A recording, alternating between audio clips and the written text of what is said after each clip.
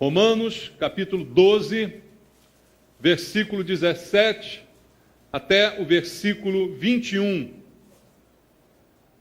Os irmãos acharam? A palavra de Deus diz: não torneis a ninguém mal por mal, esforçai-vos por fazer o bem perante todos os homens. Se possível, quando depender de vós, tende paz com todos os homens. Não vos vingueis a vós mesmos, amados, mas dai lugar à ira, porque está escrito: a mim me pertence a vingança, eu é que retribuirei, diz o Senhor.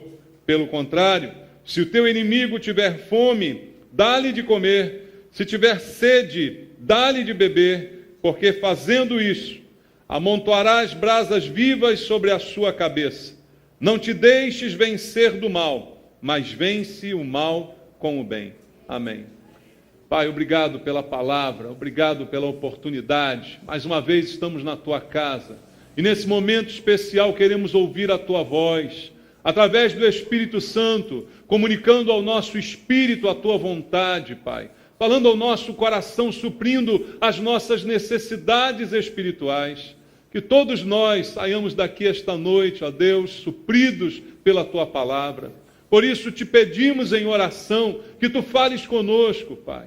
Queremos te ouvir, não estamos interessados em historinhas, em filosofias do mundo, Pai, nem em doutrinas humanas, mas o que queremos é ouvir claramente a tua voz, falando ao nosso coração, transformando a nossa vida nesse mundo. Usa, Senhor, a minha vida, que eu seja um instrumento em tuas mãos e que a unção e o poder do Espírito Santo estejam sobre mim, para que eu seja útil na ministração da tua palavra e esta chegue aos nossos corações. Te peço isso orando com os meus irmãos, em nome de Jesus. Amém. Graças a Deus. Aleluia. Amados, mais uma vez, estamos em Romanos. Mais uma vez, ainda no capítulo 12, nós fizemos algumas mensagens aqui sobre a carta de Paulo aos Romanos. E como eu disse, há muito assunto nessa carta, muitas coisas importantes que o apóstolo Paulo trouxe para nós, que são preciosas para a nossa vida cristã.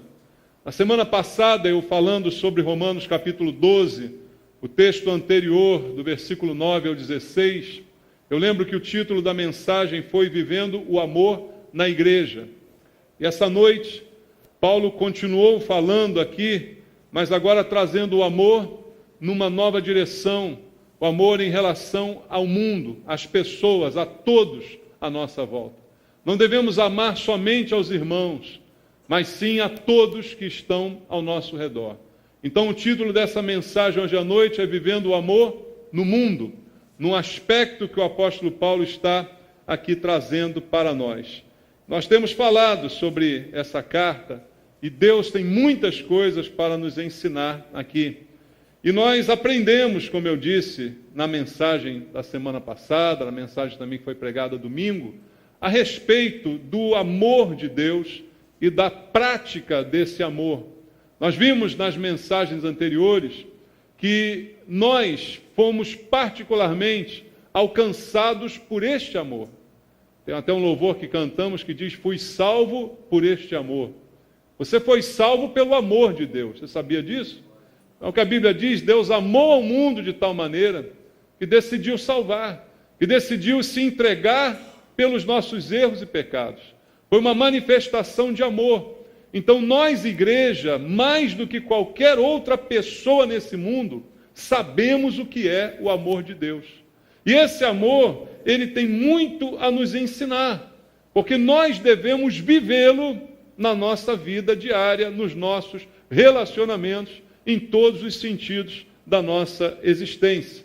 Mas como eu disse a você, nesse finalzinho aqui do capítulo 12, o apóstolo Paulo ele está direcionando a igreja a viver este amor que nós conhecemos também no contexto do mundo, nos lugares aonde vamos, com as pessoas não cristãs com as quais nos relacionamos.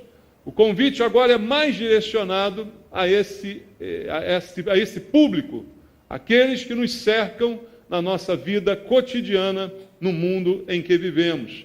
Então, esse amor com que nós fomos salvos, ele deve dirigir a nossa vida também nesse mundo.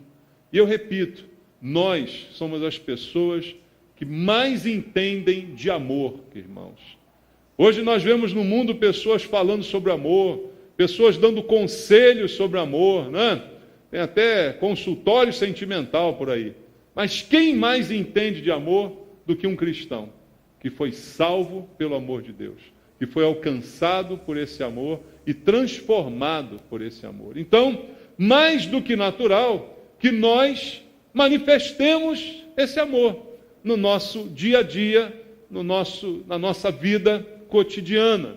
E é isso que o apóstolo Paulo vai falar conosco essa noite. Olhando para o início do capítulo 12, leia comigo o primeiro versículo e o segundo desse capítulo. Olha como Paulo começa o capítulo. O assunto do capítulo é a nossa transformação, é a nossa nova vida que encontramos quando nos convertemos. Ele diz: rogo-vos, pois, irmãos, pelas misericórdias de Deus, que apresenteis o vosso corpo por sacrifício vivo, santo e agradável a Deus, que é o vosso culto racional. E não vos conformeis com este século, mas transformai-vos pela renovação da vossa mente, para que experimenteis qual seja a boa, agradável e perfeita vontade de Deus. Quando nós entendemos essa introdução de Paulo aqui ao capítulo 12, tudo que vai ser dito daí para frente fica mais fácil. É muito complicado entender tudo isso que eu tenho pregado à igreja, as palavras que Paulo deixou aqui, se eu antes não for transformado pela renovação da minha mente. A minha mente carnal, natural, aquela que eu tinha quando vivia no mundo, debaixo do pecado, ela não consegue entender os conceitos que o apóstolo Paulo apresenta aqui. Mas ele começa o capítulo 12 rogando pelas misericórdias de Deus, que nós comecemos a entender esse princípio, primeiro, nos oferecendo a Deus em sacrifício. O sacrifício oferecido a Deus, ele é morto, não é, irmãos? E a palavra de Deus mesma diz que nós precisamos morrer para o mundo e viver para Deus. Paulo começa então sugerindo um sacrifício nosso, mas é vivo, porque eu continuo vivo, agora com Deus, mas é santo, é agradável. E este é o meu culto racional, com o qual eu posso então experimentar a boa, a perfeita e agradável vontade de Deus pela renovação da minha mente. Só com esta renovação que eu consigo entender os conceitos de Deus. A Bíblia diz que o homem natural não consegue discernir as coisas espirituais. Então, é preciso que eu e você sejamos, primeiro, pessoas espirituais, renovadas. Se dizemos, quem está em Cristo é a nova criatura, as coisas velhas já passaram, tudo se fez novo, isso significa que o cristão tem uma vida transformada, renovada. Qual o nome da nossa igreja, irmãos? Nova Vida. Da onde tiramos isso? Da Bíblia. Porque quem está em Cristo tem que ter uma nova vida. Uma vida diferente. Longe dos conceitos do passado. Longe das coisas que você pensava, dos raciocínios, das formas de pensar que a gente tinha no passado. Mas agora, com mente renovada, começamos a entender a vontade de Deus. A vontade de Deus para você, quando você não era convertido, ela parecia loucura. E a Bíblia fala sobre isso. Ela é loucura para os que se perdem. A palavra de Deus, a vontade de Deus é loucura. Mas para nós que somos salvos, é o poder de Deus.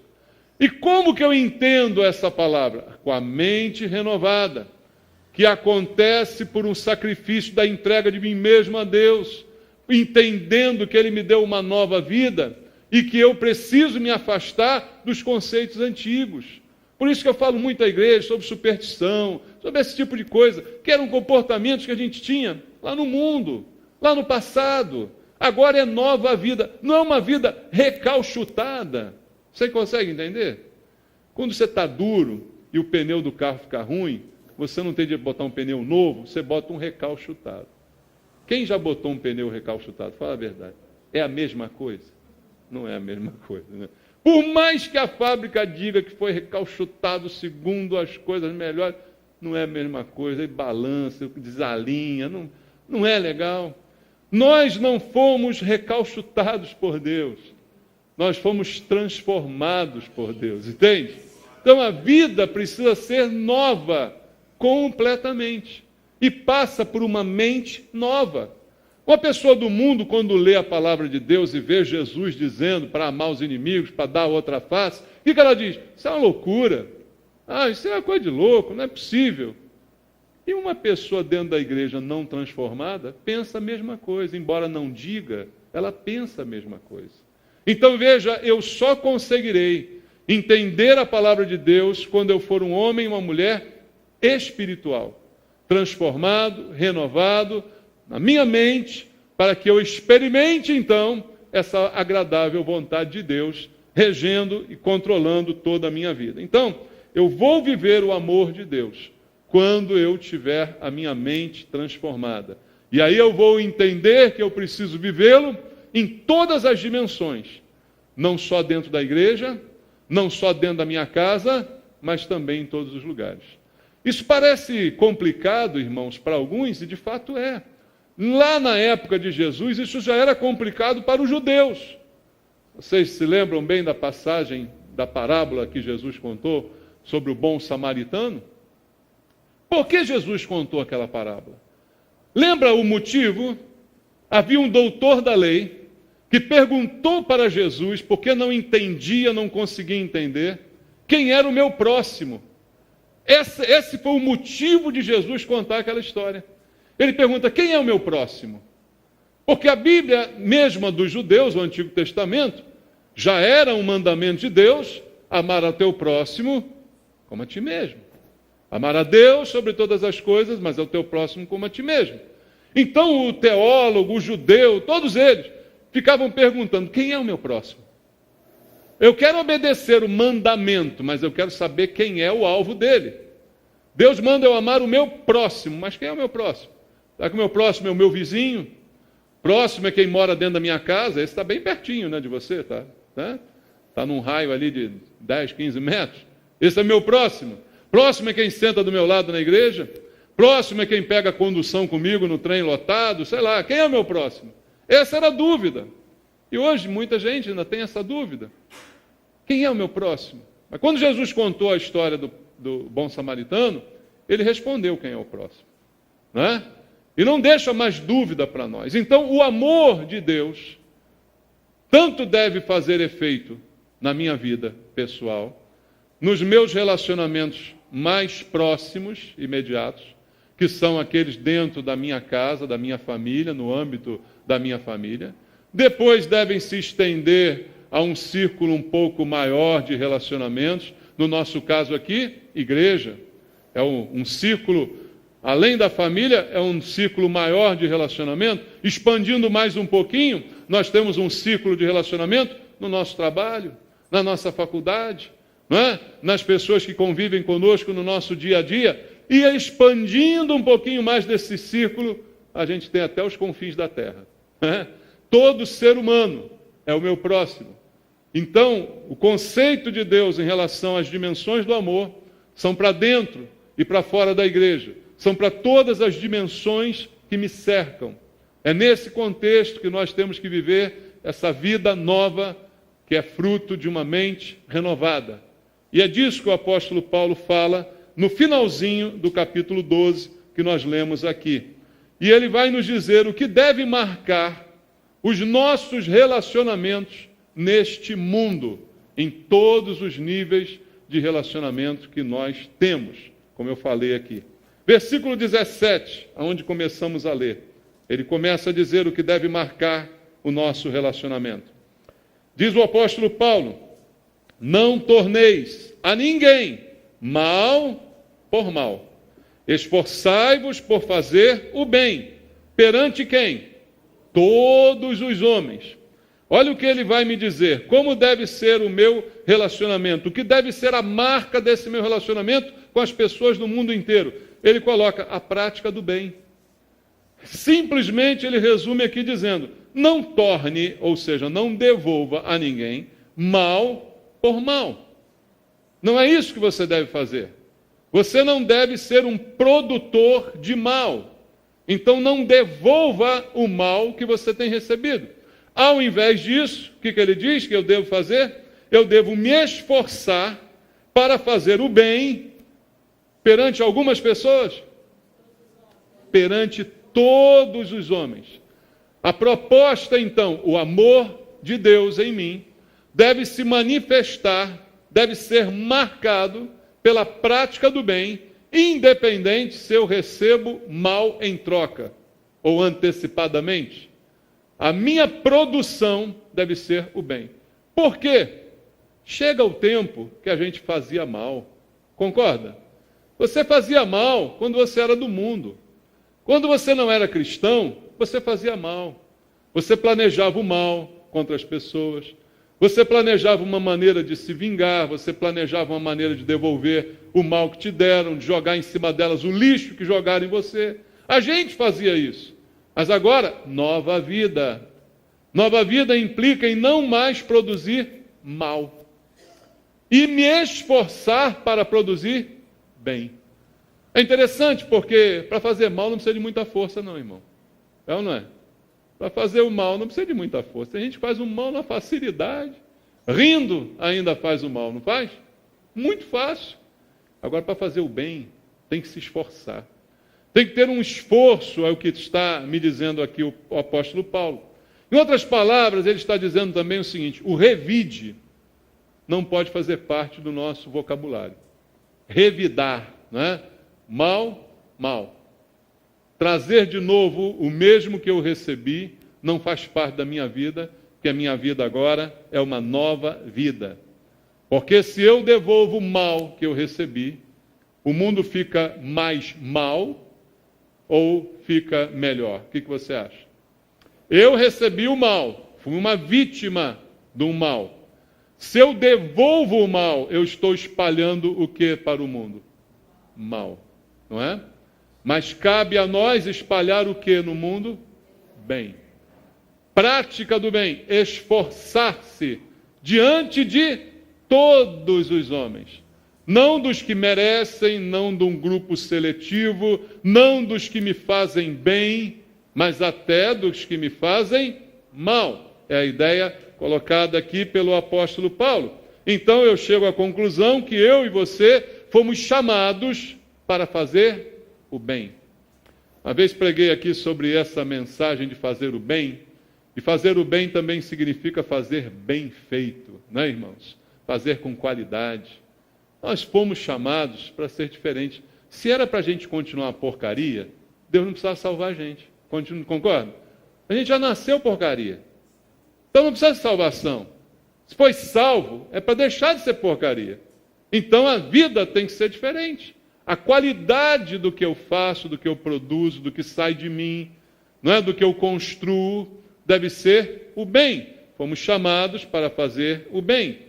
Agora, como está dito aqui por Paulo, eu concordo, fazer o bem dá trabalho. Fazer bem feito dá trabalho.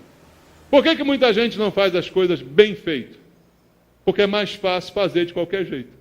Não é assim que funciona? Você tem um trabalho para fazer.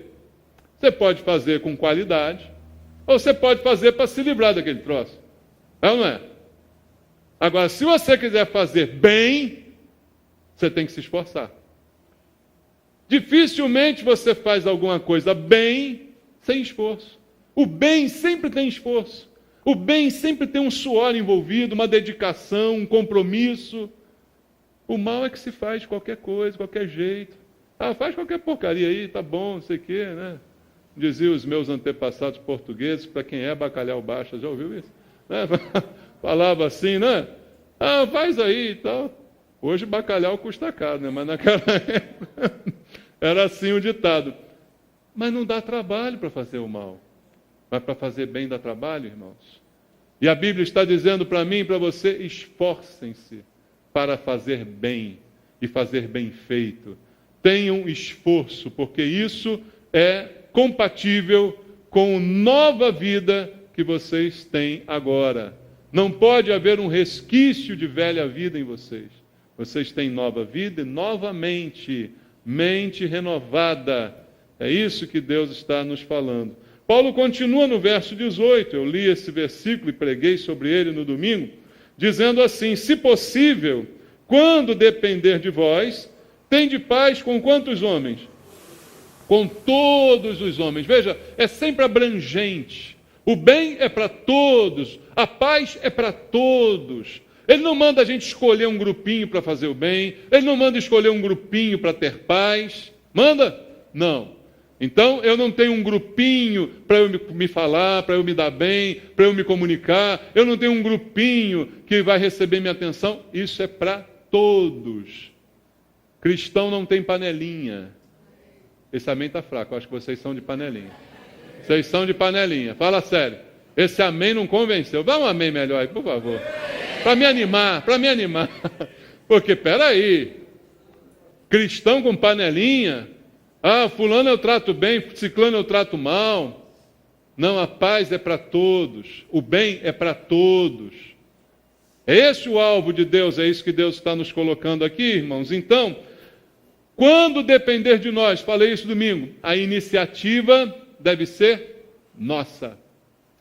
A iniciativa de buscar, de promover, de fazer a paz deve ser nossa. Porque eu disse na pregação de domingo, o que não depende de mim, eu não tenho como agir. Eu não consigo impedir alguém de não gostar de mim, mas eu consigo me impedir de não gostar dessa pessoa. Eu consigo decidir amar essa pessoa. Lembra que a gente conhece pelo conceito bíblico que amor não é um sentimento, é uma decisão? Então eu tenho que decidir, e o que eu decido depende de mim. O que eu não decido não depende de mim. Mas o que Paulo está trazendo para nós nesse texto é que a iniciativa tem que ser nossa. E por quê? Mais uma vez eu ligo ao fato de você ter uma nova vida. Eu ligo ao fato de você ter uma mente transformada.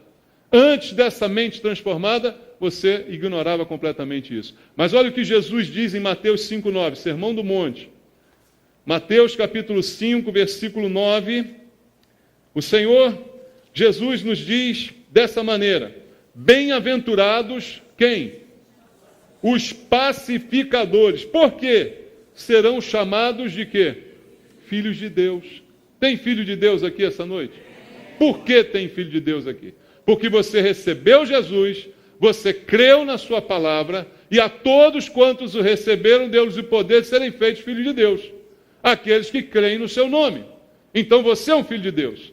Cabe a você ser um pacificador, um promotor da paz.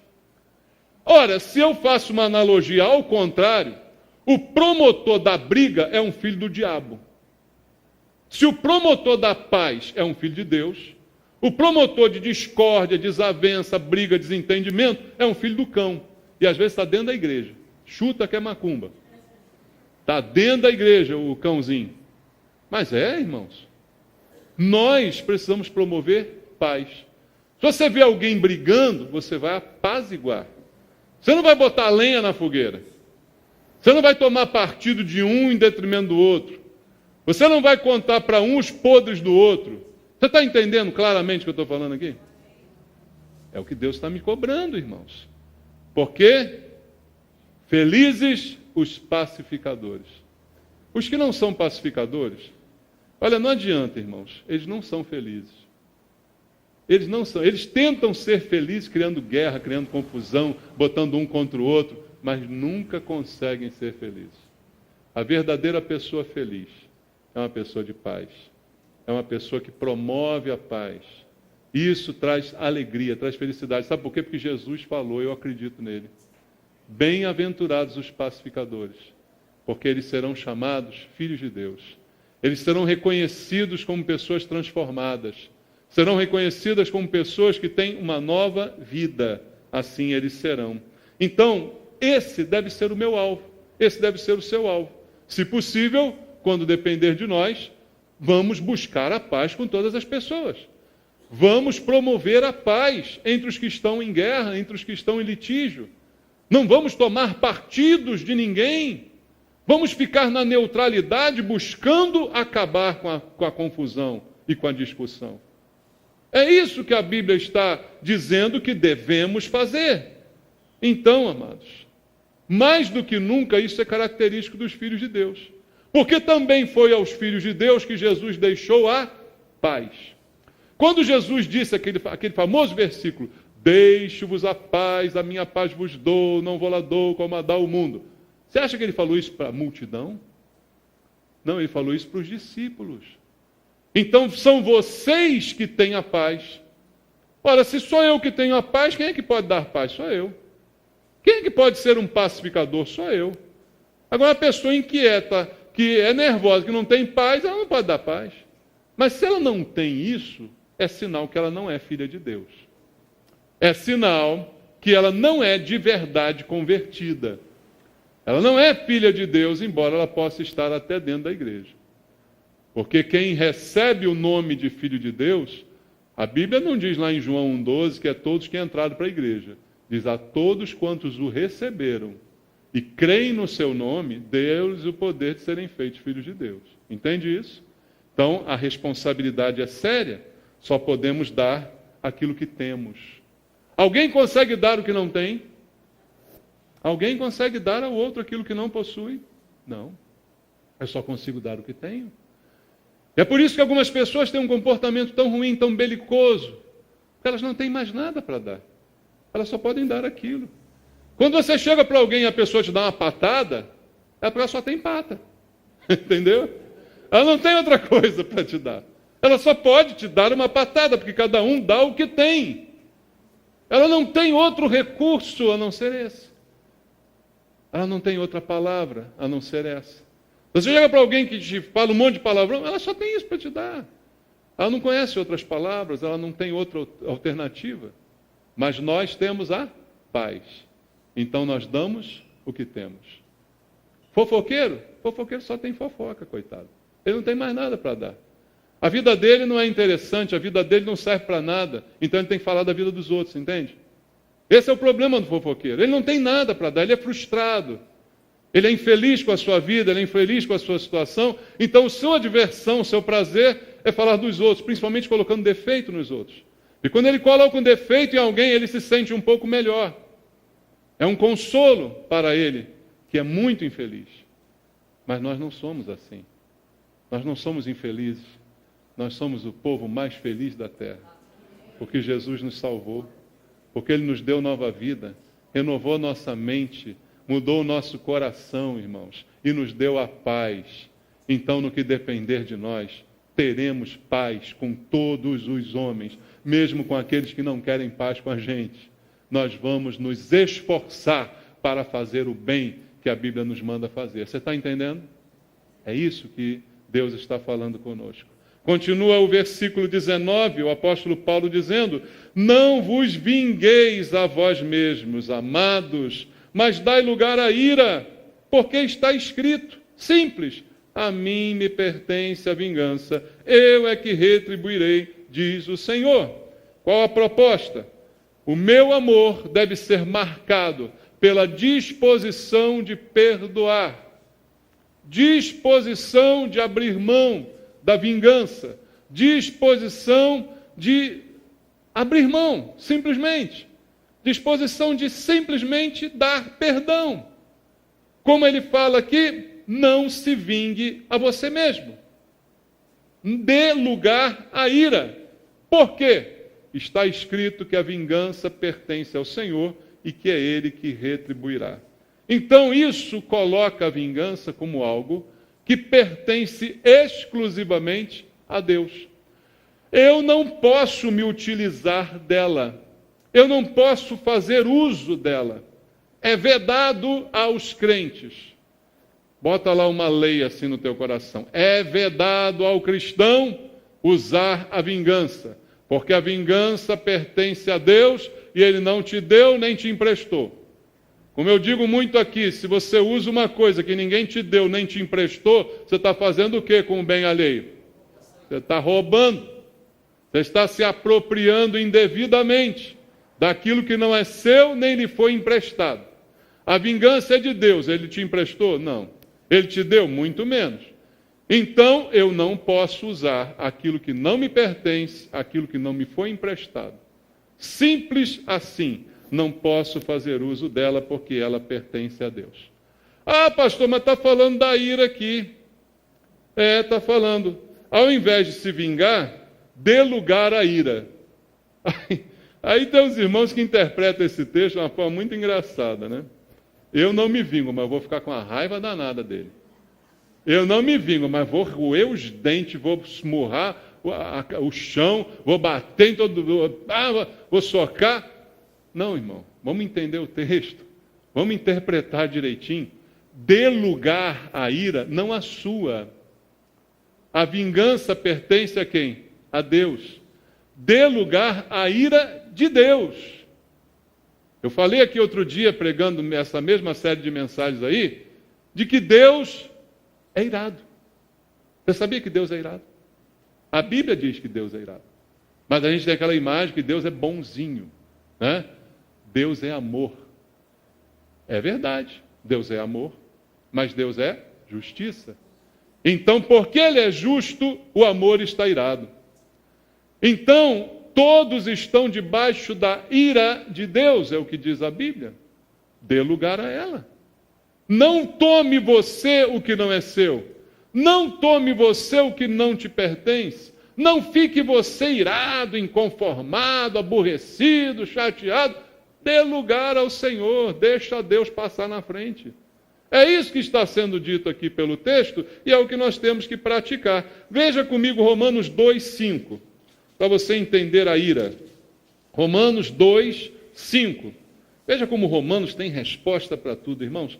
Mas segundo a tua dureza e coração impenitente, acumulas contra ti mesmo o quê?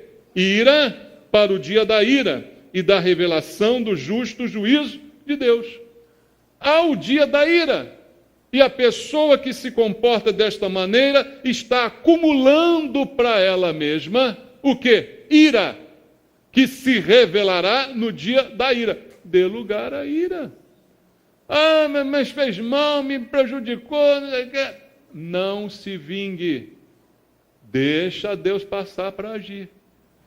A ação de Deus não quer dizer também que Deus vai arrebentar aquela pessoa, não. Às vezes Deus pode salvar ela. E aí você vai ter que dar paz do Senhor para ela. Olha o problema. Deixa Deus passar na frente. Está entendendo? Não quer dizer, vai lá Deus, vai lá, arrebenta ela. Como se estivesse soltando um bulldog, né? um pitbull. Vai Deus, pega, pega. Não, não é assim. Deixa a ira, dê lugar à ira. De repente, Deus vai tocar aquela pessoa e vai salvá-la. Ou, se ela não se arrepender, no dia da ira, ela está acumulando ira para esse dia. Está escrito na Bíblia. Romanos 5:9, vamos ver mais um pouquinho? Romanos 5:9, diz assim: logo muito mais agora, sendo justificados pelo seu sangue, seremos por ele salvos de quê? Da ira. Quem é salvo da ira. E quem não é salvo? Permanece aonde? Na ira. Você foi salvo da ira. Entenda, se você não tivesse sido salvo, você permaneceria na ira. Todo mundo que não é salvo está na ira.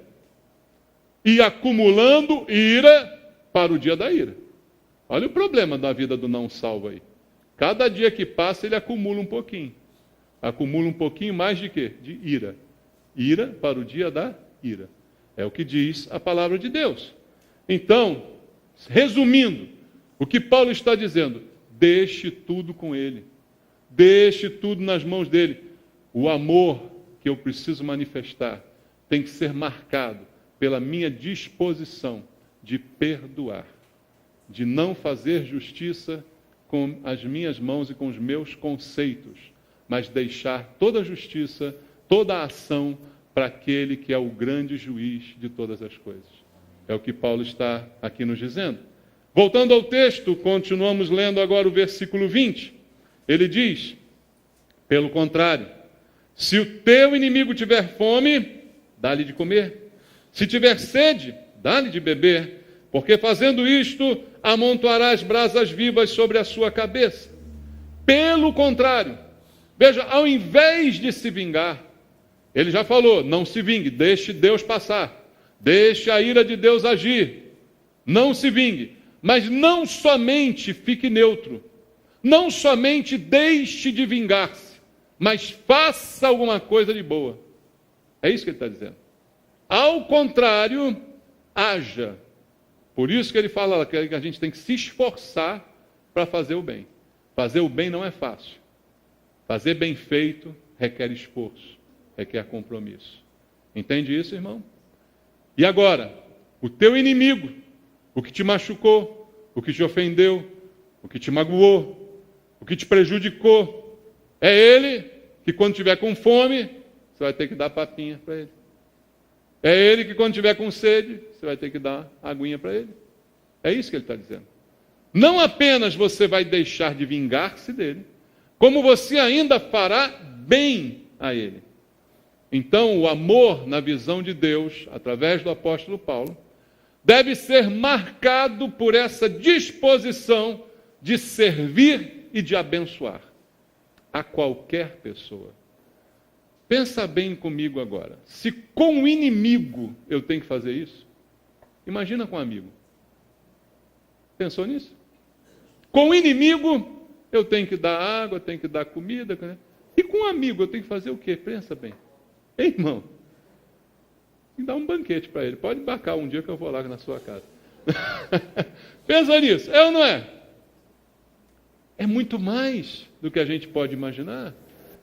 É muito maior. Deus está nos trazendo um padrão completamente novo, completamente transformado, que só será entendido por quem tem a mente renovada, irmãos. Por isso eu falei isso aqui no início. Veja, abençoar, servir a qualquer pessoa, até os contrários. Esse é o padrão que Deus está me pedindo. E mais, isso se tornará um fator surpresa. Você surpreenderá o inimigo. O que as pessoas em guerra gostam de fazer? Gostam de surpreender o inimigo. Mas como que elas querem surpreender o inimigo? Com armadilha, com a ponta de lança para cavar no peito dele, né? Com uma pedra para cair na cabeça dele quando ele passar. É assim que as pessoas querem surpreender o inimigo, não é? Mas Deus diz assim, você vai surpreender o teu inimigo, porque quando ele estiver com fome, você não vai rir dele, nem vai debochar dele. Você vai dar comida para ele. Quando ele estiver com sede, quase morrendo, você não vai ficar olhando ele morrer e debochando dele. Você vai dar água para ele. E ele não espera receber isso de você. Quando ele estiver nessa situação, ele jamais vai te procurar, porque ele sabe que ele é o teu inimigo. Então é você que vai ter que procurar ele e dar isso a ele. Entendeu isso? Porque o inimigo não vai bater na tua porta, me dá uma comidinha, me dá uma aguinha. O inimigo não vai fazer isso. Então, subentende que somos nós que teremos que procurá-lo, sabendo da sua necessidade, e surpreendê-lo completamente. Imagina a cara do teu inimigo quando vê você batendo na casa dele com uma comidinha para ele quando ele está com fome. Imagina a cara de surpresa, ele esperava isso de todo mundo, menos de você. Quando você chegar diante dele sedento com um copinho d'água fresquinha para ele. O que ele vai pensar? Que cara que ele vai fazer naquela hora? Surpresa. Essa é a surpresa que o amor de Deus provoca. Você que é salvo de verdade, você sabe que você não merecia ser salvo. Você sabe, você tem consciência disso. E o amor de Deus por você é uma grande surpresa. Como é que Deus pode me amar? Como é que Deus pode me salvar? Pensa bem. Depois de tudo que eu fiz contra Ele, é uma surpresa muito grande. Essa surpresa que Deus está dizendo para a gente fazer com o inimigo. Surpreender com amor e com serviço, com ação, com atitude. É dessa forma.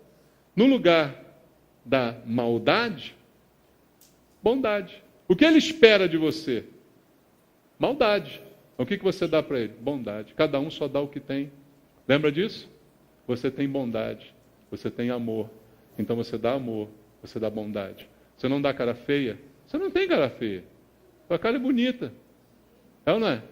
Dá uma olhada aí para o lado. Tem uma cara bonita aí? É bonitinho, né? Bonitinho, foi Deus que fez. É bonito, irmão. Então, Não posso dar nada diferente disso. Eu só dou o que eu tenho. A gente só dá o que tem. O que Deus está querendo de nós é simplesmente dar o que Ele nos deu. E eu tenho porque Ele deu. Se Ele não tivesse dado, eu não tinha.